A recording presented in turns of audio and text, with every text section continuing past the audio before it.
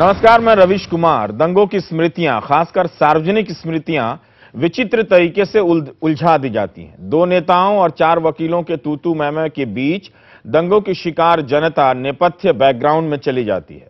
बच जाते हैं दो चार नेता जिन्हें हर हाल में पकड़ा जाना चाहिए, मगर भाग जाते हैं वो अनगिनत लोग जो अनाम और अनजान होकर भीड़ बनते हैं और अलग अलग पार्टी की सरकारों की नाक के नीचे मार काट मचाकर चले जाते हैं। लेकिन जिन पर दंगे का कहर टूटता है, उनकी जिंदगी के किस्से समय के साथ साथ इतिहास का हिस्सा बना दिए जाते हैं। हमारी संवेदनशीलता की ईमानदारी इतनी ही है कि हम अलग अलग नेताओं और पार्टियों के पीछे खड़े होकर किसी फुटबॉल मैच के दर्शक बन जाते हैं और ताली और गाली से शोर मचाते हैं। 2002 के गुजरात दंगों की बात करो तो 84 की भी बात करो, संतुलन के ऐसे फार्मूले बनाकर राजनीति अपने वोट का हिसाब गिनती है या दंगों के शिकार लोगों को इंसाफ देती है, आप बेहतर जानते हैं। जो लोग शिकार होते हैं वो शायद नेताओं की तरह नारों की शक्ल में बातें नहीं कर पाते होंगे। उन्हें अपनी रोजी रोटी का भी जुगाड़ करना होता है, मुआवजे से छोटी दुकान खोलनी होती है और टीवी स्टूडियो में आकर कभी कभी बरसी पर इंसाफ का सपना देखना होता होगा। हम नहीं जानते उनकी सिसकियों की दास्तानें क्या हैं। वक्त तो गुजरता ही है, 20-25 साल या फिर 50 साल, तो उन यादों से क्या हम कोई और भी रिश्ता बना सकते हैं? अपने अपने राजनीतिक दलों के बचाव में इन्हें दलील की तरह इस्तेमाल करने के अलावा यही करेंगे आज हम लोग। में हमारे साथ हैं हमारे पत्रकार मित्र जर्नैल सिंह, जिन्होंने ये किताब लिखी है कब कटेगी 84, और आपके साथ हैं जसवीर कौर जी हैं, जिनके पूरे परिवार ने 84 के दंगों को झेला है, गंवाया है अपने को। निरप्रीत कौर जी हैं, आप दोनों का भी जिक्र है इस किताब में। लेकिन मैं अपना एक प्रसंग सुनाने से पहले जर्नल से मैं यही बात करना चाहता हूं कि इन दिनों एक जब भी 2002 के गुजरात दंगों का जिक्र होता है, 84 का भी जिक्र आता है। इससे क्या एक तरह से एक राजनीतिक इंसाफ होता है क्या? यही समझ लें कि कम से कम सार्वजनिक विमर्श में, पब्लिक डिबेट में ये मुद्दा उसके बहाने बार बार आता है, लेकिन एक विक्टिम के रूप में और इस मसले को लड़ने वाले के रूप में इससे ज्यादा और क्या होता है इसके बाद? सच्चाई तो ये है कि एक राजनीतिक फुटबॉल बनाया जा चुका है कई मायने में। क्योंकि मैं एक बात आपको कहता हूं कि जब नानावटी कमीशन की रिपोर्ट बनाने के लिए 2000 में कहा गया, तो नानावटी को कहा गया कि 1984 के कत्लेआम की जांच करो, लेकिन उसने अभी जांच शुरू की तो 2002 का कत्लेआम गुजरात में हो गया, तो उसकी रिपोर्ट भी बनाने के लिए नानावटी को दे दिया गया। अब उसमें क्या खेल हुआ आप समझ सकते हैं, क्या अंडरस्टैंडिंग हुई होगी, क्योंकि नानावटी कमीशन ने उधर भी जो टॉप लीडरशिप थी उसको बचा दिया और उधर भी उसकी टॉप लीडरशिप को बचा दिया। सच्चाई ये है कि अगर कत्लेआम में 10,000 लोग मारे गए, मारने वालों की संख्या भी कम से कम नहीं तो 1 लाख 2 लाख होगी, वो आज भी खुले घूम रहे हैं। अगर मेरे को तो यहां तक लगता है कि दिल्ली में जो ये आजकल अपराध का ग्राफ बढ़ चुका है, कोई भी हो, चाहे निर्भया का मामला हो या कोई भी हो, उनके मन से ये छट चुका है कि उनको कोई सजा हो चुकी है उन इलाकों में, और ये भीड़ बनकर किसी को भी मारा जा सकता है। एक मॉब मेंटेलिटी देश में बन चुकी है, और इसकी सच्चाई ये है कि उसमें वो जो लोग हैं जिनकी सिसकियां सामने नहीं आ पाती, कुछ हाई प्रोफाइल केस बन जाते हैं लेकिन उनको दबा लिया।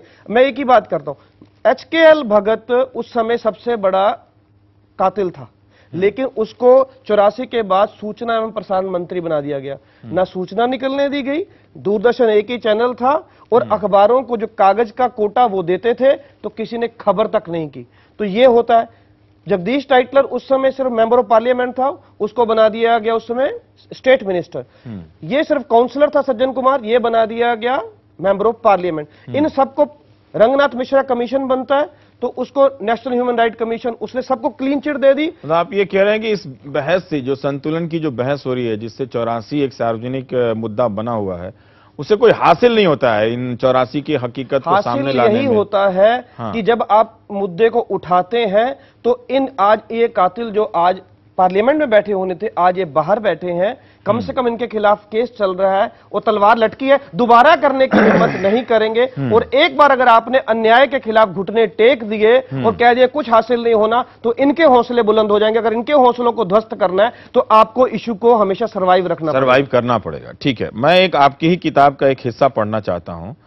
जब आप उस वक्त के 84 के आसपास, आप छोटे रहे होंगे, क्रिकेट खेलते थे तब, लाजपत नगर जो दिल्ली का ही दक्षिण दिल्ली का एक मोहल्ला है उसका जिक्र कर रहे हैं और आप लिख रहे हैं कि सारा मोहल्ला या यूं कहें तो पूरा लाजपत नगर ही विभाजन के बाद पाकिस्तान की तरफ से आए सिखों और हिंदुओं को बसाने से बसा था। आपस में एक दर दर विभाजन का रिश्ता था, इसीलिए कभी बेगानापन महसूस नहीं हुआ।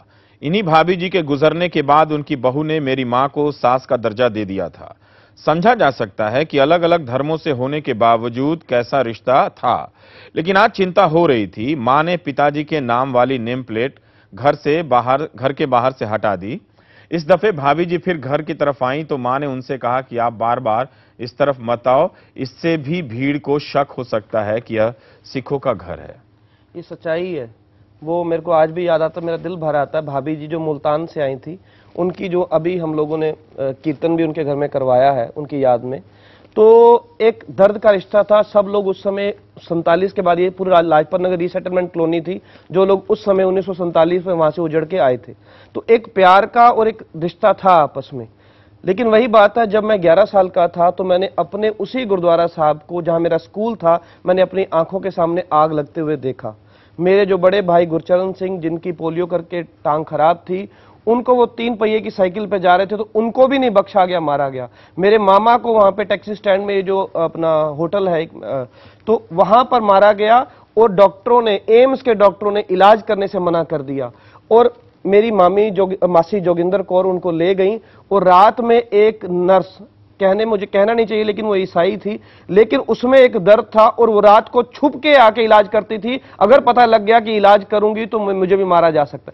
किस तरह का माहौल, एक प्रोपेगेंडा क्रिएट किया, कैसा जहर क्रिएट किया गया था, वो सिख कम्युनिटी, आम समाज के लोग भी मतलब इन राजनीतिक दलों के की हैवानियत में शामिल थे। हिटलर ने एक स्ट्रेटजी बनाई थी प्रोपेगेंडा रचने की, इन्होंने भी एक स्ट्रेटजी रचाई थी प्रोपेगेंडा रचने की। माहौल कैसे क्रिएट करते मैं बताता हूं। आप वो क्या कह रहे हैं, आप वहां पे आ रहा है 2 सिख बॉडीगार्ड्स ने मार दिया, फिर आ रही है अफवाह कि सिखों ने पानी में जहर मिला दिया, फिर बताया जा रहा है पंजाब से हिंदुओं की ट्रेन में काट के लोगों को भेजा जा रहा है, जिसमें से कोई भी एक बात सत्य नहीं थी, सिर्फ इसलिए कि कहीं माहौल इनके पक्ष में ना बन जाए, कहीं लोगों में भावना ना उमड़ आए, लोगों को एक तरह से आक्रोशित कर दिया जाए, ताकि ये होते हुए देखा आपने। बिल्कुल ये हुआ और इसके पूरे एविडेंस है, नानावटी कमीशन में इसके एविडेंस है और ये मैंने देखा। लेकिन लोकल लोग नहीं थे मारने वाले, कुछ कांग्रेसी चंद नेता थे जो हमारे लाजपत नगर के भी थे, जिन्होंने दिखाया, कराया और दुकानें लूटी गई, जलाई गई। लेकिन ये लोग डीटीसी की बसें लगाई गई, हरियाणा रोडवेज की बसें लगाई, रोहतक से ट्रेन लगाई गई। एक इलाका है पालम के पास, वहां जब वो नहीं मार पा रहे थे, गुरुद्वारे पर 6 दफा हमला किया, तो उसी समय कितनी कनेक्शन था कि रोहतक से ट्रेन से 1000 लोग उतरते हैं। और ये मैं साफ कह दूं, ये भजन लाल की तरफ से कांग्रेस की सरकार थी। ये पूरा एक प्रोपेगेंडा रचा हुआ था और पूरा प्लान्ड तरीके से। ये दंगा, मैं इसलिए लफ्ज नहीं यूज करना चाहता, इंदिरा गांधी की आपने कहा है, मैं ये पढ़ देता हूं, मैं आ रहा हूं कि आपने एक जगह लिखा कि अफवाह सुनने में आई कि सिखों ने पानी की टंकी में जहर मिला दिया है। मैंने, या आप लिख रहे हैं अपने बारे में कि मैंने किसी से पूछा कि कहां मिलाया है, तो उसने पूरे लाजपत नगर को पानी की आपूर्ति करने वाली टंकी की तरफ इशारा कर दिया। मुझे विश्वास नहीं हुआ, लगा कि इतनी ऊंची टंकी पर चढ़कर भला उसमें कौन जहर मिला सकता है, और अगर जहर मिला भी दिया तो क्या यह पानी सिखों के घरों में नहीं जाएगा। मैं भी घर से पानी पीकर आया था। अब जहर मिलाने वाले पर बहुत गुस्सा आ रहा था। बाद में पता चला कि यह सिर्फ अफवाह थी ताकि सिखों के प्रति सहानुभूति ही ना पैदा हो सके। हम ये जानना चाहते हैं कि इससे हुआ क्या। मारने वाले बाहर से लाए गए, लेकिन जो आपके पड़ोस के लोग थे, उनकी सहमति, चुप्पी किस तरह से इन सब चीजों के झांसे में आती गई। जो लोग हैं, कहीं ना कहीं जब एक जो आम जनता थी उसके दिल में एक बात रखी गई थी कि सबक सिखाना चाहिए। वो भी सोच रही थी कि इनको सबक सिखाना चाहिए, लेकिन उसको भी यह नहीं मालूम था किस पैमाने पर यह हो रहा है, किस लेवल पे। ये तो त्रिलोकपुरी की एक घटना राहुल बेदी ने इंडियन एक्सप्रेस में की। हैरानी की बात है कि 10,000 से अधिक लोग राजधानी में कत्ल होते हैं दिन दिहाड़े, देश की राजधानी में, और कोई दूरदर्शन चैनल, कोई अखबार उसकी खबर तक नहीं देता है। लोगों को मालूम भी नहीं पड़ने पा रहा। तो ये मार के खत्म कर दिया जाए और सच्चाई में लोगों के अंदर क्या एक भावना बना दी गई कि हाँ, इनको सबक सिखाना चाहिए। वो एक रिश्ता टूट गया ना, आम समाज का सिखों से रिश्ता टूट गया। वो एक रिश्ता, मतलब उस अनुभव से आप ये देख सकते हैं कि ये बहुत आसान है। कोई अगर राजनीतिक मशीनरी चाहे तो हिंदू या मुसलमान का, मुसलमान या ईसाई का, ईसाई या हिंदू का, ये रिश्ता आराम से इस तरह के प्रोपेगेंडा के जरिए तोड़ सकती है? जो अनुभव है अब तक का, उसको देखते हुए तो लगता है कि ये बहुत आसानी से जो राजनीतिक खेल खेला जाता है, चाहे जात के नाम पे, चाहे धर्म के नाम पे या क्षेत्र के नाम पर, ये लोगों को भड़काया जा सकता है। और हिंदुस्तान की राजनीति आज उसी की एक तस्वीर है। कुछ बदलाव हुआ है क्या उसके बाद की घटनाओं में? ये सब हालात बदले हैं क्या? आपको लगता है कि अब लोग ज्यादा समझते हैं इन अफवाहों को, या इस तरह के पूर्वाग्रह बायसेस अभी भी हैं जो समय समय पर? दो बातें मैं कहना चाहूंगा। एक तो 84 के बाद वही 2002 में हुआ, उड़ीसा में हुआ, असम में हुआ, मॉब मेंटालिटी। हाँ, अगर आज कुछ माहौल बन रहा है तो मैं कहना तो ये चल 4 साल से जब वो इशू को उठाया गया और मीडिया ने साथ दिया, और जब मीडिया ने खबरें लानी शुरू की, आप ये देखिए तस्वीर ये है कि घटना कत्लेआम 1984 का है, और आज आप बैठाकर पूछ रहे हैं क्या हुआ क्या नहीं हुआ, किसके साथ। वो जो ह्यूमन एंगल की खबरें आनी चाहिए थी तब नहीं आई थी, बिल्कुल नहीं आई थी ना।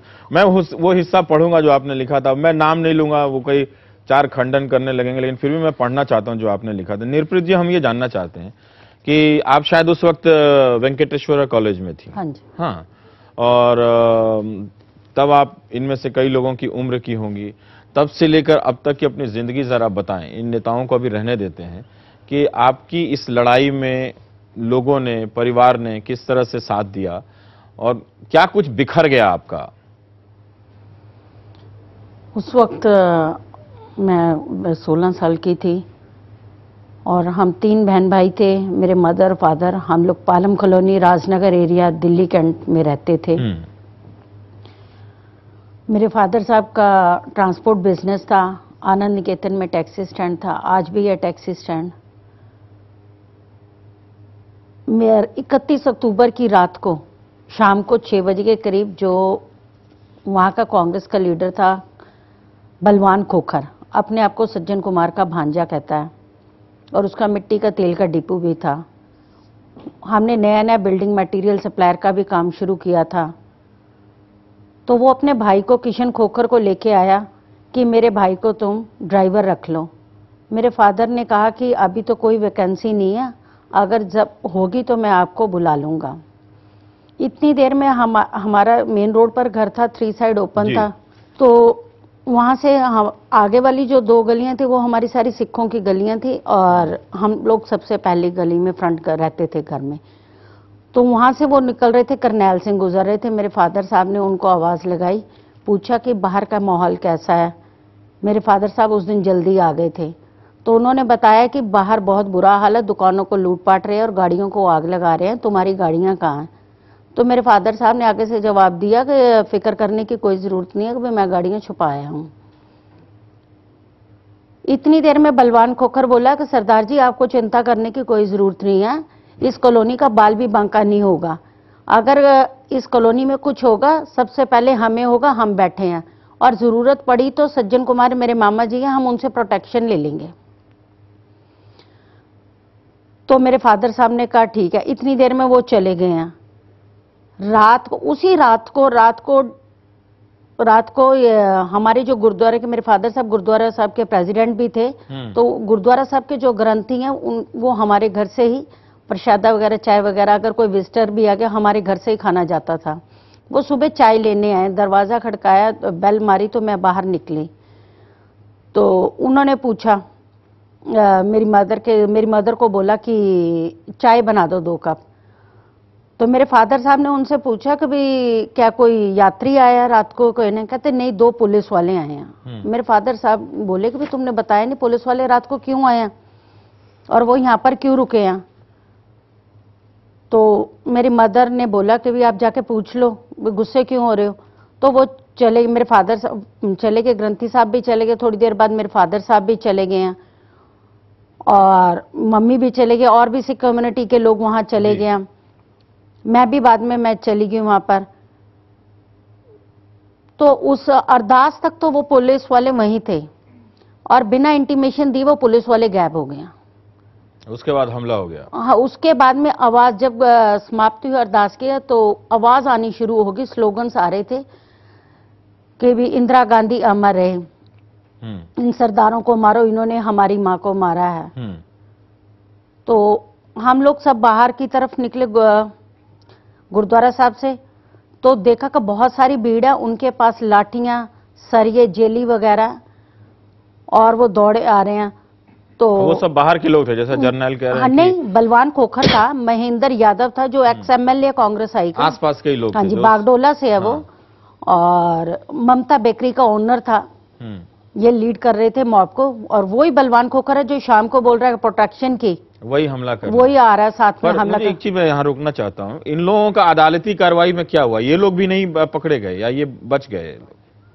नहीं, ये लोग आज तक बचते रहे हैं, और अब ये केस चल रहा है। इन्हें भी सजा नहीं हुई? जिनके इन्हें बारे में सजा नहीं हुई। कुछ केस इन्होंने चलाए, बलवान खोखर पर, महेंद्र यादव पर, और उनको करके इन्होंने एक समनिंग ऐसे किए जहां पर लोग थे जो गवाही थे, उनके पास नहीं इन्होंने किए। जैसे मेरे ही केस में किया इन्होंने कि हम लोगों को, मेरे को तो इन्होंने हरासमेंट इतने की धमकियां देनी शुरू कर दी।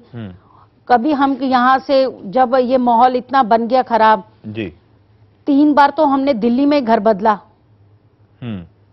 फिर उसके बाद में ये जैसे हम लोग वहां से आए हैं, एयरफोर्स स्टेशन पे भी मारने के लिए नहीं हुआ ना। ठीक है, तो जनरल बात यही है ना कि बड़ा नेता भी बच गया, जो छोटे नेताओं की बात कर रही हैं निर्प्रीत, वो लोग भी बच गए। मैं ये जानना चाहता हूं, एक तो बड़ा नेता होगा जिसको दुनिया देख रही है, ये जो छोटे छोटे नेताओं की बात कर रहे हैं, ये लोग भी इसी तरह से उन पार्टियों में सुरक्षित है जिनका ध्यान कभी जाता नहीं है इस बहस में, जिन लोगों का नाम ले रही हैं वो अभी भी उसी तरह से सक्रिय है। किस तरह से बचाया जाता, मैं आपको एक उदाहरण दे देता हूं। मैं आपको, मेरे पास एविडेंस तो नहीं है, लेकिन मुझे जो जानकारी है, एक किशोरी लाल जिसके ऊपर 32 सिखों के कत्ल का मुकदमा है, 7 मामले में 7 हत्या के मामले प्रूव हो गए। हाई कोर्ट ने उसको 7 दफा फांसी की सजा सुनाई, लेकिन सुप्रीम कोर्ट में वो फांसी की सजा तोड़ के उम्र कैद कर दी। और उसको अभी पिछले अक्टूबर में दिल्ली के लेफ्टिनेंट गवर्नर ने दिल्ली की जो मुख्यमंत्री शीला दीक्षित की सुझाव पर कि ये आदमी को अब इसका चाल चलन ठीक है, छोड़ दिया जाना चाहिए। यानी कि किशोरी लाल को छोड़ दिया जाना चाहिए, उसका चाल चलन ठीक है। छोटा नेता है उसको भी लोग बचाने की कोशिश नहीं बचाने की, ये एक समझौता हो रखा है, ये समझौता हो रखा है कि तुम हमारा नाम नहीं लोगे, हम तुमको 16 साल के अंदर बचा लेंगे।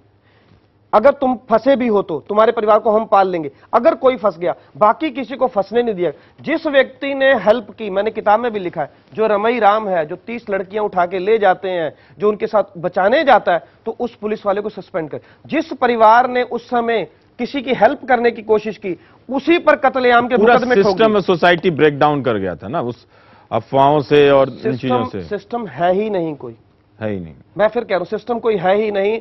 पुलिस जब उसमें मैं आज तक न्याय क्यों नहीं हुआ, 1 मिनट में बता देता हूं।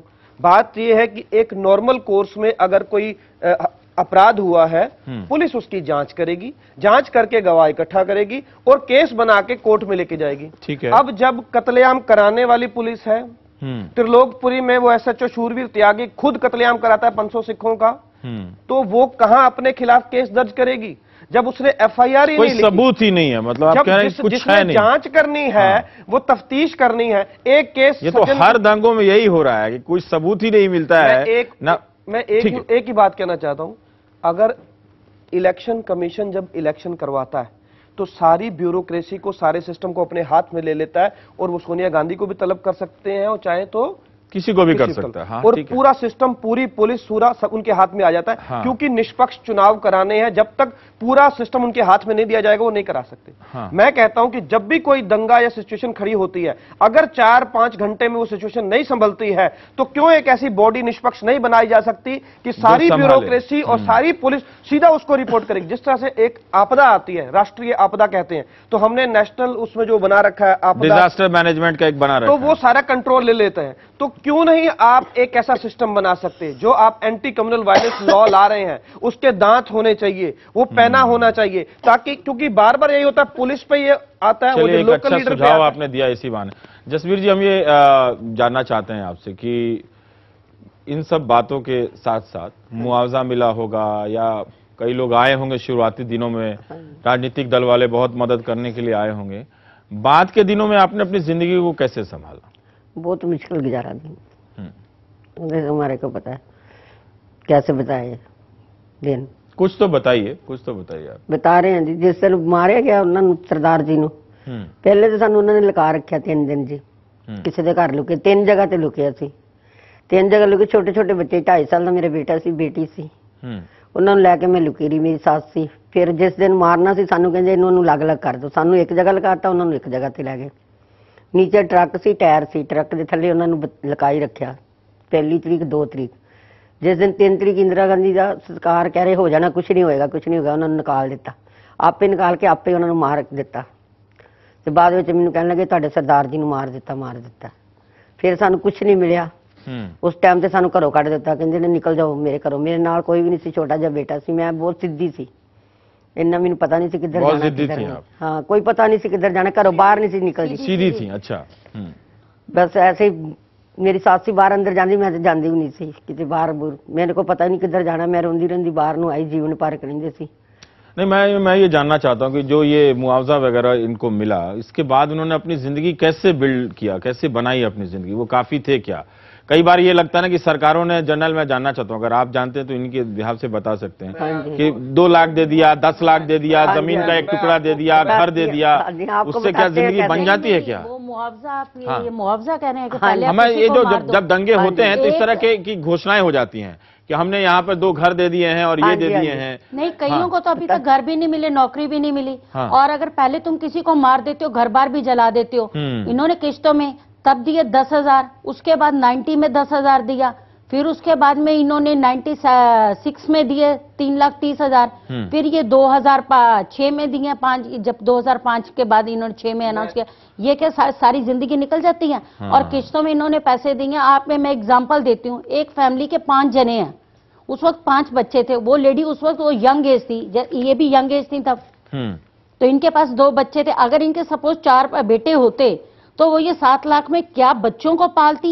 वो भी इकट्ठा 7 लाख नहीं मिला, नहीं पाल सकती तो क्या करती? 10,000 में घर का सामान लेती। घर उसी वक्त तो मकान नहीं दिए, 2-2 साल तक लोग घरों कैंपों में धक्के खाते रहे, उसके बाद में कहीं मकान अलॉट हुए हैं। और अब भी ऐसे केसेस मैं आपको बता सकती हूँ जिनको अभी तक ना मकान मिले और कुछ नहीं मिला, और वो दिल्ली के बाहर के जिलों में तो वो भी नहीं मिला है। आपको मैं एक बताता हूँ, ये जो गढ़ी में है, जो रीसेटल, आप पॉलिटिकल जो कहते हैं ना जुल्म देखिए उस इलाके को क्या कहते हैं? इस इलाके जहां सनलाइट कॉलोनी है कहलाती है, तो उस इलाके में क्योंकि एक पार्टी का प्रभाव था, कांग्रेस का, इन लोगों का रीसेटलमेंट वहां होता है। सारी कॉलोनी में पानी का पाइप आ जाता है, लेकिन 15 साल तक इनके घर पे पानी का वो कनेक्शन नहीं दिया जाता, ताकि ये लोग उठ ना सकें। ये बाल्टियां भर भर के इन्होंने अपनी जिंदगी निकाली। मैं बताता हूं आपको, यही मैं जानना चाहता हूं ना जर्नल, आज मैं यही जानना चाहता हूं। इनके बच्चे अभी तिलक विहार कॉलोनी में 18 बच्चों को स्कूल से निकाल दिया गया, वो फीस नहीं भर सके। अभी की बात कर रहे हैं, अभी की बात कर रहा हूं। किसी तरह से हम लोगों ने कोशिश करके दिया, 85 बच्चों की और फीस नहीं देने के लिए नोटिस मिले हुए हैं, लेकिन कोई हेल्प करने। उनके बच्चों को नशों में फैला दिया गया। 200 बच्चे उनके नौजवान नशों में तड़प के मर चुके हैं, लेकिन कोई सुनने वाला नहीं, कोई पुलिस सुनने वाली नहीं, बल्कि पुलिस समय समय पर पकड़ के उनके बच्चों को ले जाती है। एक शांति कौर का मैं किस्सा बता देता हूं। उसके घर उनके पिता को सामने चारपाई में बांध के जला दिया गया था। उनके हस्बैंड, उनके ब्रदर को मार दिया। उनके जो हस्बैंड थे उनके भी यहाँ पे मारा था, कटार मारी थी, लेकिन बच गए। बच्चा उनका सोहन सिंह था। सोहन सिंह पढ़ा, उसने कहा मैं इस बच्चे की शादी कर दूंगी। बच्चे की शादी करने के लिए 2009 में, मेरी जो अप्रैल की घटना है उसने अप्रैल 9 में उसका ये रखा था कि शादी कर देगी। फरवरी 2009 में उसका भी कत्ल हो गया। तो उसने मुझे बताया, कहती मेरे पिता नहीं रहे, मेरा भाई नहीं रहा, मेरा हस्बैंड नहीं रहा, मैं सोचती थी मेरा बेटा है, लेकिन मेरे आज बेटे को भी मार दिया। तो मुझे बताओ मेरी 84 कब खत्म होगी? ये पूछते हैं कि कब कटेगी 84। ये आज तक चल रहा है इनके साथ, ये मजाक बनाया जा रहा है। जनरल, एक बात मैं जानना चाहता हूं उन बच्चों के बारे में जो आप कह रहे हैं कि 85 लड़कों के पास फीस देने के लिए नहीं है, तो इनके लिए कोई मदद करने के लिए आगे नहीं आता? ये राजनीतिक दल जो इतनी चिंता जाहिर करते हैं, इतनी संवेदनाएं व्यक्त करते हैं, सरकार, सिस्टम कुछ भी नहीं, सिर्फ बातें करने के लिए हैं। और अफसोस तो ये है कि हमारी कौम के अपने लीडरों ने भी उनकी बाह नहीं पकड़ी, जो पकड़नी चाहिए थी। जिस ढंग से जिन गवाहों को जो प्रोटेक्शन देनी चाहिए थी, अगर दर्शन कौर सज्जन भगत के खिलाफ गवाह थी, उसको मारा पीटा गया, अदालत के सामने उसको गोली दिखाई गई, 1 महीने तक वो अस्पताल में रही, उसको इतना मारा पीटा गया। उनको मनोवैज्ञानिक तरीके से भी मदद मिले इसकी भी कोशिश नहीं की गई। बहुत वो घर दे के डंप कर दिया गया, वहां पे क्या रही। मैं गया हूँ तिलक विहार वाले भी क्या वो 25 गज का वो हाँ, दड़बे नुमा काफी, घर बिल्कुल। है, और जो उनका घर था वो तो कब्जे हो गए। निर्प्रीत, मैं वही जानना चाह रहा था कि जो अभी जर्नल कह रहे थे कि रिश्तेदार या कौम या नेता, इन लोगों से आपको मदद मिलती है क्या? वो सहानुभूति अब मिलती है जो पहले मिला करती थी? लोग कहा करते होंगे कि चिंता मत करो, हम तुम्हारे साथ हैं, जो बचा है उसे जिंदगी बना लेंगे। अब मिलती है उतनी? सिंपैथाइजर तो बहुत बन जाते हैं। हमने सिंपैथी नहीं लेनी, हमें जस्टिस चाहिए और हमें चाहिए। और जस्टिस एक यही नहीं होता कभी किसी को सजा दिलवा दी, ये भी एक बहुत बड़ा जस्टिस है अगर हम इन फैमिलीज को रिहेबिलिटेट कर दें। फर्स्ट जनरेशन तो मर गई, सेकंड जनरेशन इन्होंने पढ़ने नहीं दी। फॉर एग्जाम्पल एक लेडी है, उसको जॉब दे दी इन्होंने, वो रह रही तिलक विहार है, और उसको जॉब दे दी यमुना पार। और मेट्रो तो अब चली है, 3 घंटे पहले जाने में 3 घंटे आने में लग गए, और 8 घंटे उसने जॉब किया। जो लेडी घर से 14 घंटे बाहर रहेगी, उसके बच्चे क्या पढ़ेंगे? तो बच्चे तो यहाँ गलत संगत में जाएंगे, यहाँ अनपढ़ निकलेंगे, उनको अच्छी वो नहीं मिलेगी, जॉब नहीं मिलेगी। तो उन घरों का क्या होगा? थर्ड जनरेशन का ये हाल है कि उनकी बच्चे नहीं पढ़ पा रहे, और जो सेकंड जनरेशन है उनकी जो मिसेज हैं वो लोगों के घरों में बर्तन मांज रही हैं। एक मैं जानना चाहता हूं, हालांकि मैं नाम नहीं लेना चाहता अखबार और पता नहीं किस किस का, आप चांदनी चौक के पास दिल्ली पब्लिक लाइब्रेरी गए, उसमें लिखा है आपने कि उस वक्त क्या रिपोर्टिंग हो रही थी? क्योंकि ये अक्सर होता है कि जब 2002 में गुजरात के दंगे हो रहे थे तो कैमरे काफी घूम रहे थे और लगातार रिपोर्टिंग हो रही थी, और शायद 84 की कल्पना कोई उतना नहीं कर पाता है, जानते हुए भी कि एक नरसंहार किया गया वहां पे, शायद उसकी उतनी प्रेस कवरेज नहीं थी। पर आप लिख रहे हैं कि इन अखबारों को जब आप देख रहे हैं कि इन अखबारों से ऐसा लगता ही नहीं था कि 31 अक्टूबर और 1-2 नवंबर को देश की राजधानी में 3000 सिखों का कत्लेआम हुआ है। हजारों घर और दुकानें जलाकर राख कर दी गई हैं। एक पत्रिका ने 1 महीने बाद जरूर कुछ खबरें की, मारकाट की खबर तो नहीं दी जा रही थी, पर दिल्ली से छपने वाले एक बड़े राष्ट्रीय अंग्रेजी अखबार के संपादक ने सिखों की मारकाट को सही जताने वाला एक लेख जरूर छापा, और इसे आप लोग सुनिए, जिसमें कहा गया था कि यह हिंदुओं के सब्र का प्याला भर जाने का परिणाम है।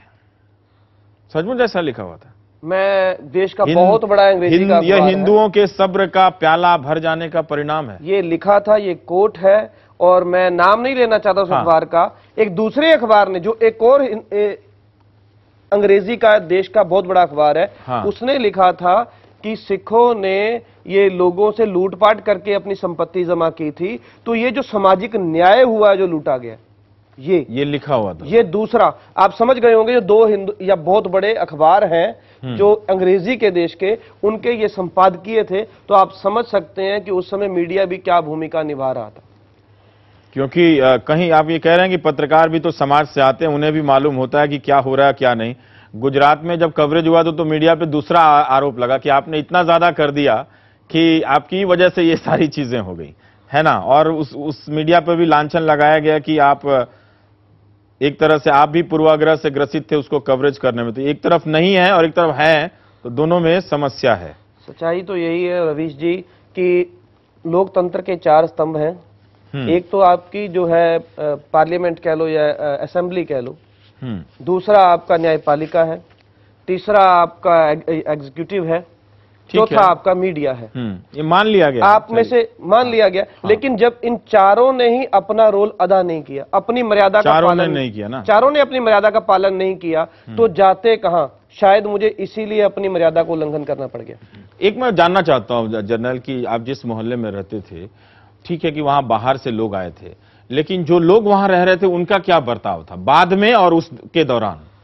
माहौल इतना ज्यादा खराब हो चुका था, मैं आपको बताता हूं। जब मैं उस समय बाद कॉलेज भी गया हूं ना, तो कॉलेज में भी जब मैं 84 की बात करता था तो मुझे एक बहुत खराब सा माहौल होता था।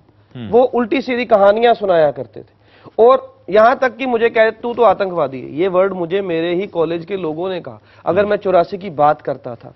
तो ये एक माहौल क्रिएट, मैं फिर कह रहा हूं दोषी वो नहीं थे, ऐसा दुष्प्रचार किया जा रहा था। मैं बता रहा हूं, जब HKL भगत ही सूचना एवं प्रसारण मंत्री है 1985 से लेकर 1990 तक, प्रचार में लोग आ जाते हैं ना। हालांकि उस लाजपत नगर में मुझे भी थोड़ा रहने का मौका मिला था, तब तो 84 के बहुत बाद ही आया था, बहुत कोई 8-10 साल बीते इसी होंगे, नानावटी लेकिन कमीशन, तब भी लोग वहां बात नहीं करते थे इन दंगों के बारे में, कभी भी बात नहीं करते थे। नानावटी कमीशन में ही लिखा गया है, अब चाहे इसको डिनाई करते हैं, जो ऑफिसर उनके साथ लगाया गया था उसने हल्फनामा दिया अपना एफिडेविट कि मणिशंकर अय्यर ने उससे कहा मेरा दिल तो नहीं करता लेकिन मुझे ये भूमिका सौंपी गई है कि मैं सिखों के खिलाफ जो है एक दुष्प्रचार करूं और जो बाहर दुनिया में जो लोगों में मैसेज जा रहा है उसको तोड़ने के लिए, यानी कि प्रोपेगेंडा रचने के लिए बकायदा ये नानावटी कमीशन की रिपोर्ट कोट कर रहा हूं मैं, अपनी तरफ से नहीं कह रहा। ठीक है, आप जब कोट कर रहे हैं तो ठीक है, फिर तो उसमें मणिशंकर अय्यर साहब भी, लेकिन ये एक पता चलता है ना कि अगर कोई सरकार या नेता चाहे तो ऐसा प्रोपेगेंडा करके आम जनता को अपने झांसे में लेकर किसी दूसरे समुदाय के खिलाफ आसानी से खड़ा कर सकता है। हिंदुस्तान के लोग बहुत भावुक हैं, भावनात्मक स्तर इनका बहुत ऊंचा है और इनको कभी भी किसी के खिलाफ कभी भी भड़काया जा सकता। ये लोग तो सीरियल देख के रोने लग पड़ते हैं, मैं वैसे बता रहा हूं। कोई मालूम है कि उस जो सीरियल चल रहा है उसमें बहू बेटी का मामला कुछ हो रहा है, सब नकली है, लेकिन फिर भी रोने। तो सच्चाई ये है कि इस देश के लोगों को कभी भी भावनात्मक तौर पर कभी भी भड़काया जा सकता है और यही राजनीति चल रही। मैं ये जानना चाहता हूं कि इतना साल गुजर जाने के बाद और एक पत्रकार के तौर पे इसमें आप नुकसान देखते हैं क्या, जब सारी लड़ाई एक नेता पर आकर केंद्रित हो जाती है? तो उन राजनीतिक दलों को भले ही जनता ने एक बार हराया होगा, लेकिन उन तमाम राजनीतिक दल की बात मैं कर रहा हूं जिनका दंगों में नाम रहा, जिनकी सरकारों के नीचे दंगे हुए, वो एक बार जरूर विस्थापित हुए होंगे, लेकिन बार बार सत्ता में तो वही आए, तो राजनीतिक इंसाफ भी तो नहीं हुआ ना। बार बार क्या, 1984 के बाद जो माहौल बनाया गया, जो प्रचार किया गया, ये प्रचार किया जाता था, मैंने खुद दीवारों पे पढ़ा और सुना है जो राजीव गांधी ने भी कहा, क्या कहा कि आप जब एक किसी टैक्सी में बैठते हैं तो अगर वो एक विशेष समुदाय का व्यक्ति टैक्सी चलाने वाला है तो आपका दिल घबराने लगता है, यानी कि वो सीधा बता रहा है कि सिख लोग काफी टैक्सी चलाते थे।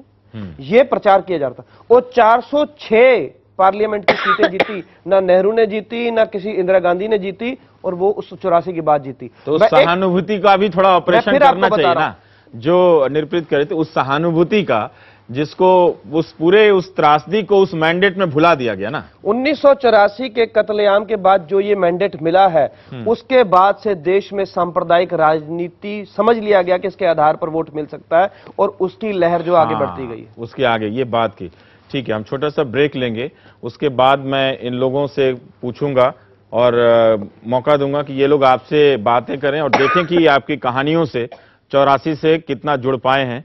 84 तो कट नहीं रही है, लेकिन फिर भी हम कुछ जोड़ने की बात करेंगे।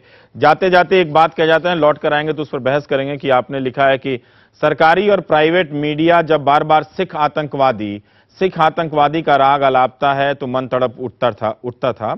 आतंकवादी के साथ क्या सिख लफ्ज लगाना जरूरी है?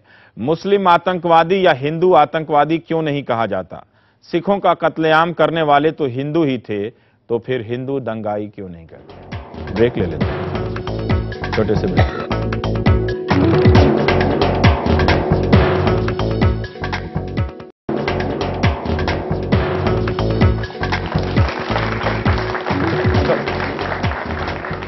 कब कटेगी 84, हम लोग यही बातें कर रहे थे। जनरल, इससे पहले कि लोगों के पास जाऊं मैं आपसे, वो जो आप कहते ब्रेक के पहले जो आप पूरी बात नहीं कर पाए, मैं ये जानना चाहता हूं कि आप ये कह रहे थे कि 84 में लोगों ने जब 406 सीटें दी तब बाकी राजनीतिक दलों ने भी समझ लिया कि इस देश में सांप्रदायिकता के सवाल पर राजनीति की जा सकती है, ये आप कह रहे थे। ये एक खुली किताब की तरह है, कभी तो आया गरीबी हटाओ, कभी हुआ कि 71 की जंग जीती है। जब सारे सब कुछ चल गया, गरीबी नहीं हटी, सब हटी, तो फिर ये सांप्रदायिकता का कार्ड खेला गया। एमजे अकबर ने अपनी किताब में लिखा है, एक लेख में, कि जब पहले तो पाकिस्तान से लड़ने की कोशिश की, जनरल जियाउल हक जब पीस ऑफेंसिव पॉलिसी पे आ गए कि हमें नहीं लड़ना, तो उन्होंने अपने इलेक्शन का एजेंडा पंजाब में ढूंढ लिया, क्योंकि वो 2% थे और उनके खिलाफ एक माहौल क्रिएट करके इसको चलाया जा सकता था। तो ये बात, और 84 में 406 सीटें जीती गई, और उसके बाद आप देख लो देश में सांप्रदायिक राजनीति का बीज पड़ गया, और उसके बाद अलग अलग राजनीतिक पार्टियों ने उसको देश भर में जो भुनाया है और राजनीतिक सत्ता भी हासिल की है। आप देख सकते हो कि उसके बाद ये काम शुरू हो गया। तो ये एक सच्चाई है, हकीकत है कि अगर 84 में वो कत्लेआम ना होता, सांप्रदायिक राजनीति ना खेली गई होती, तो ये आगे शुरू नहीं, फिर देश शायद विकास के मामले में, गरीबी के मामले में या किसी और हर मुद्दों दंगों के बाद लोग विकास की बात तो करते ही हैं। हम बार बार राइट्स की बात करते हैं, 2002, 84, और बार बार उसका सॉल्यूशन ढूंढते रहते हैं, पर क्या वाकई उसका कोई सॉल्यूशन है? ये मेरा सवाल मतलब सबसे एज इन जनरल, क्या वाकई उसका कोई सॉल्यूशन है? क्योंकि 1984 की बात करेंगे तो कांग्रेस का होगी, 2002 की बात करेंगे तो पता नहीं 2002 के बाद होगा कि नहीं, तब भी हो ही जा रहे हैं। तो 2002 के बाद भी दंगे हुए हैं। क्या कोई यूनिफॉर्म उत्तर प्रदेश में देखिए कितने दंगे हुए हैं 2002 के बाद, इस सरकार में हुए हैं। कोई यूनिफॉर्म लॉ है जो सबको टैकल कर सके? बिल्कुल हो सकता है, क्यों नहीं हो सकता है। सच्चाई ये है कि आपका जो सिस्टम है वो भी बायस है, जो आपकी पुलिस है वो भी बायस है, उसकी ट्रेनिंग उस हिसाब से नहीं है, आपका जो ब्यूरोक्रेसी उसके सिस्टम से हिसाब से नहीं है। वो ऑफिसर्स जो हैं उनको यूज करते हैं पॉलिटिकल लोग और कहते हैं कि वो सब कराया जाए और वो भी करने को तैयार हो जाते हैं। सर, आज जो भी दंगे होते हैं, फसाद होते हैं, सब चीजों को घुमा फिरा के पॉलिटिक्स से रिलेट किया जाता है। तो मैं पूछना चाहूंगी, अगर ये सब जो चीजें हैं पॉलिटिक्स से ही रिलेट करनी है, सब चीजों को करना है, तो डेमोक्रेटिक क्यों हम? मैं आपसे एक सवाल करता हूं कि जब राजनीति को आप फॉलो करती हैं तो क्या आप तथ्यों का इस तरह से पता करती हैं कि सही क्या है, गहराई में जाती हैं? कभी इस तरह से इनकी कहानियों के बारे में आपने जानने का प्रयास किया? नहीं सर, मौका ही नहीं मिल पाता ना, यही तो बात होती है। दोस्तों हमारी भी कमी होगी, जी, लेकिन हमारी भी कमी एक वोटर के रूप में मैं जानना चाहता हूँ जी, कि हम क्या आप जानना कभी ही ये नहीं पता चाहते ना करना कि इस चाहते हैं? पार्टी ने आगे क्या किया है। बस हम अपने आसपास मॉब मेंटालिटी को फॉलो करते हैं कि इन्होंने ये करा, अच्छा इन्होंने ये दिखाया, सब ये बोलते हैं कि इसने ये करवाया, वो करवाया, तो हम उसी चीज को फॉलो करते हैं। मैं ये बोलना चाहती हूँ, हम एक तरीके से थक चुके हैं कि हम किस पे भरोसा करें, कौन सी पार्टी पे भरोसा करें। अगर हम पार्टी की बात करें तो एक तरीके से ये बहुत टायरिंग चीज है कि कांग्रेस है, कांग्रेस कुछ कर नहीं रही है, बीजेपी है, बीजेपी कुछ कर नहीं रही है, तो हम एक तरीके से किसी को तो वोट देना ही है। हार थक करके हम किसी ना किसी को वोट दे देते हैं। तो जो अंधों में काड़ा राजा है, हाँ, एक सेकंड, आ रहा हूँ आता रहूंगा। मेरा एक ये क्वेश्चन है कि आज तक आपको न्याय नहीं मिला, इतना लंबा समय हो गया है, तो आप अब ऐसा कौन से स्टेप्स लेंगे, ऐसा क्या करेंगे जिससे सिर्फ गवर्नमेंट को नहीं, जुडिशरी को भी, जनता को भी आपको न्याय दिलाने की नीड फील हो, जरूरत लगे? आप ऐसे कौन से स्टेप्स लेंगे अब? सच्चाई तो ये है कि हर ऑप्शन को देखा जा चुका है। कुछ लोगों ने खुद अपने हाथ में बंदूक भी उठा ली, लेकिन वो उनके साथ क्या हुआ? जिन लोगों ने कानून के रास्ते में गए उनके साथ क्या हुआ? तो कई आप कह रहे हैं कि बार बार ये मामला राजनीतिक क्यों हो जाता है? जब राजनीतिक लोग ही ये कराते हैं तो क्या करें? जब पॉलिटिकल पार्टियां ही ये कराती हैं तो मामला तो राजनीतिक बनेगा ही। फिर भी काफी आप में से समझदार कितने है। लोग कनेक्ट कर पाए इन लोगों की कहानियों को सुन के? कोई ईमानदारी से हाथ उठाए जो आपको पहले नहीं जानते थे। आप सबको पहली बार पता चला कि ये सब कुछ घटा है। हाँ? ठीक है। I have a question. नहीं, आपको पता होगा, पर इनको नहीं पता है ना। हाँ, आ रहा हूँ। हाँ सर, हम इतनी देर से बात कर रहे हैं about political parties, political agenda, कि ये सब कुछ पॉलिटिशियंस ने किया है उनकी पार्टीज के वोटिंग के लिए, बट इंडियन जुडिशियरी सिस्टम कहाँ है यहाँ पे? आप कम्युनल लॉज बना रहे हो बट उनका इम्प्लीमेंटेशन नहीं है। कोई केस हो रहा है, कोई राइट हो रहा है, and it has been going on for 10, 20, 30 years. Where is the justice? Judiciary system is suppose to be above politics. हम लोग मेरा आपसे सवाल है जी। कि बच्चों ने भी अच्छा सवाल किया, हम भी यही सवाल करना चाहूंगा कि आप राजनीति पर बात करते हैं, क्यों हमारा कानून व्यवस्था पर, हमारा कानून व्यवस्था भी तो राजनीति से चल रही है। कानून व्यवस्था पर और न्यायिक व्यवस्था पर आप अलग अलग है। आप कॉन्स्टिट्यूशन को लेके देखें, हमारे न्यायिक व्यवस्था मेरे ख्याल से उन्होंने एक छोड़ा अलग नहीं है, निरप्रित ने तो अदालत को अलग बताया है। ही। हम लोग इसके बारे में ये एक चीज चाहता था कि भाई हमारे देश के अंदर में जूरी सिस्टम लाएं, उसके लिए किसी ने साथ नहीं दिया।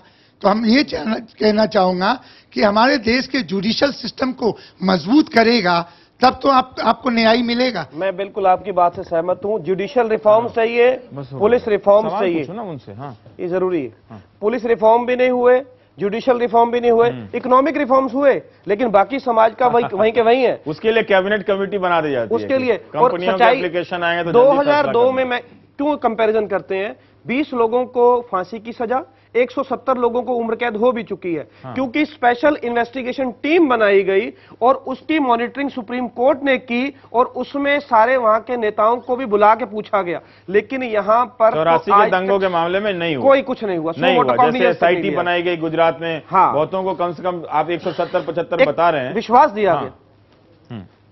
अभी रोहिणी के क्षेत्र में आपके मांगेराम पार्क आता है, उसमें 200 सिख का घर है और उसमें से जितने 200 सिख में से है उसके बच्चे सब अनपढ़ हैं, दूसरी जनरेशन की, जो दंगों से प्रभावित हैं। दंगों से प्रभावित है, अनपढ़ है। और सरकार या सिस्टम सब हैं।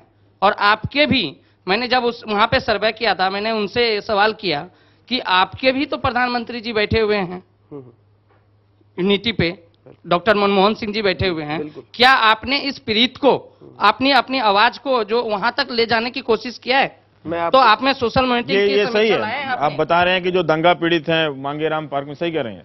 आपने जो मांगेराम पार्क वाली बात कही है, वहां पर क्या माहौल ऐसा बन चुका है, क्योंकि उन पर वहां पर जो लोगों को, कुछ लोगों को नौकरियां मिली हैं, कुछ लोगों को नौकरियां नहीं मिली।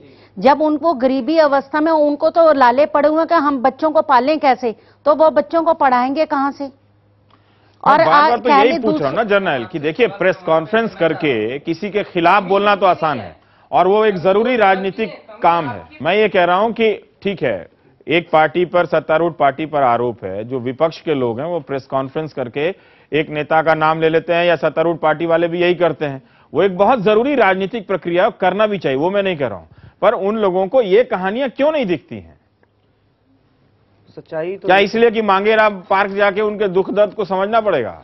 सच्चाई ये है कि कोई भी आज तक बड़ा नेता, चाहे चीफ मिनिस्टर हो दिल्ली की, चाहे वो कोई गृह मंत्री हो, चाहे कोई प्रधानमंत्री, चाहे किसी भी पार्टी का नेता हो, किसी भी पार्टी का हो, वो आज तक उन कत्लेआम के जहां लोग रहते हैं उनके सिर पे हाथ रखने तक नहीं गया।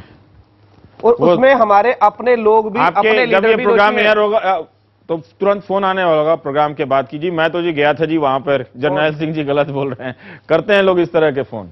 लेकिन असलियत ये है जर्नैल कि आप देखिए कि कह रहे हैं कि 200 बच्चे हैं जो नहीं पढ़ पाए हैं, आप तिलक विहार की दास्तान बता रहे हैं, और वो कोई आप में से किसी को भी तिलक विहार जाकर देखना चाहिए कि वहां क्या हालत है। वो आप खुद देखिए तो आपको पता चलेगा कि जो लोग इनके लिए लड़ रहे हैं उनमें भी कितनी ईमानदारी है। मैं जानना चाहता हूं, मैंने आपकी बातें सुनी, मेरे को पता चला कि क्या हुआ था। एक्चुअली मुझे ज्यादा नहीं पता था, इतना डिटेल में इतने छोटे छोटे फैक्ट्स नहीं पता थे। अब मैं जानना चाहता हूं कि एज अ स्टूडेंट अब मैं पढ़ रहा हूं, आगे ज्वाइन करना चाहूंगा, मतलब आपको इम्प्रूव करना चाहूंगा कि ये आगे ना हो, तो मैं क्या ऐसा कर सकता हूं? क्या वो नेता मुझे फिर से नहीं दबाएंगे? वो कोशिश नहीं करेंगे कि कोई रेवोल्यूशनरी ना ला पाए? ये अच्छा सवाल है, इसके सवाल का विस्तार से जनरल जवाब दीजिए। मैं आपसे जानना चाहता हूं, इस कहानी, इनकी कहानी सुनने से पहले जब आप 84 के बारे में मीडिया में रिपोर्ट पढ़ते थे तो क्या आप कभी खुद को कनेक्ट कर पाते थे क्या? इतना डिटेल में कभी हमें पता ही नहीं चला कि क्या हुआ। हमें पता था कि ऑपरेशन ब्लू स्टार हुआ, हमें पता चला कि वहाँ सिखों को मारा गया, टेररिस्ट को मारा गया, जो भी हुआ, और फिर उसके बाद एंटी सिख रायट्स हुए 1984 में, वहां पे भी मारा गया। तब थोड़ा लगता था कि हाँ हुआ, लेकिन इतना डिटेल में कि वहां पे इस तरीके से मारा गया, बिल्कुल कत्ले आम कर दिया गया, ये हमें बिल्कुल नहीं पता था। आज जो पता चला। ठीक है जनरल, इसके सवाल का आपको जवाब देना चाहिए। एक सच्चाई यही है, आज जितने भी लोग राजनीतिक लोगों के पीछे इसलिए जाते हैं क्योंकि वो घबराते हैं कि सिस्टम कभी भी मेरे साथ भी कुछ भी अन्याय कर सकता है। बाहर के देशों में, अमेरिका तो ये लोग सवाल करना शुरू कर देंगे। कोई भी व्यक्ति नेता के पीछे नहीं भागता। हिंदुस्तान में क्यों भागते हैं? क्योंकि हिंदुस्तान में नेता सब कुछ मैनिपुलेट कर सकता है, वहां मैनिपुलेट नहीं कर सकता, चाहे प्रधानमंत्री हो। जाने से पहले मैं ये जानना चाहता हूं, मैं इसको खत्म करूंगा, कि कुछ एक ऐसी कहानी बता सकते हैं, एक सेकंड, जिससे पता चले कि जो मनोवैज्ञानिक असर है इन लोगों की जिंदगी में, जिससे बाकी दर्शकों को भी पता चले कि वो किस तरह से 84 के बाद तक आज तक उनकी रोजाना की जिंदगी में वो पीछा करता है। मैं अभी पीछे औरंगाबाद में एक लेक्चर था मेरा, तो उस लेक्चर के बाद एक लेडी खड़ी हो गई और रोने लगी और बोली मुझे 5 मिनट बात करनी है। तो वो, उसकी शादी हुए भी वहां पर तकरीबन 20 साल हो चुके हैं, तो उसकी जो सहेलियां, जो आसपास से पड़ोसी हो गए, तुमको क्या कहना है? उनको भी नहीं मालूम। वो खड़ी होगी, बोली मैं आज सच बताती हूँ। उसने बोला कि हम भोपाल के पास रहते थे और मेरे चाचा की शादी हुई और हम स्वर्ण मंदिर में मत्था टेकने गए, शुक्राना करने के लिए पूरी फैमिली। वापसी में हमको पलवल के पास रोका गया और गाड़ी ने वापस जाना था मध्य प्रदेश की तरफ, तो रोक के 200 सिखों का कत्ल किया गया, जिसकी आज तक किसी अखबार में कोई खबर नहीं आई, जिसमें उसके घर के पिता, उसके चाचा जी, उसके ब्रदर मिला के 6 लोग मारे गए। और उसके, मैंने एक पत्रकार के तौर पर मैंने पूछा कि ये बताओ कि उसके बाद आप कभी ट्रेन पे चढ़ी? तो बोलती हैं कि मुझे 26 साल हो गए, मैं आज तक ट्रेन पे जाने की हिम्मत नहीं की। 26 साल से और बोली मैं ट्रेन पे सवार नहीं हुई। इतनी बात है कि मेरा परिवार चला जाता है गोल्डन टेम्पल मत्था टेकने के लिए, लेकिन मेरी आज तक हिम्मत नहीं हुई कि मैं दोबारा मत्था टेकने जा सकूं। ये दंश, ये झटका, ये सदमा आज भी लोग लेके जिंदा हैं, लेकिन बोल नहीं पा रहे। ये तो अभी थोड़ा सा माहौल क्रिएट हुआ 3-4 साल में, 84 की बात होने लगी, नहीं तो इशू तो खत्म कर दिया गया था। तो ये आज वो लोग आके बात ये पहली बार आके बात कर रही हैं, कभी बात ही नहीं की, कोई पूछता ही नहीं। तो वो ऐसा माहौल क्रिएट कर दिया, ऐसा डर बना, सहम कहते हैं ना जिसको, शौक। 26 साल से उन्होंने ट्रेन का सफर नहीं किया है। बिल्कुल। वो आज और औरंगाबाद साल से आप लोग अपने अपने इंसाफ की लड़ाई लड़ रहे हैं, और इतने साल से हम राजनीतिक दलों के बहकावे में कभी इस समाज और कभी उस समुदाय पर शक करते रहते हैं। आप लोग आए, अपनी अपनी बातें रखी। उम्मीद है कि 84 की कुछ घटनाओं से, चंद किस्सों से लोग जोड़कर देख पाएंगे और उस शोर को समझ पाएंगे जो टीवी के स्टूडियो में दो पक्षों के नेताओं के बीच में होता है। आप देख रहे थे हम लोग। बहुत बहुत शुक्रिया आप सभी का। नमस्कार।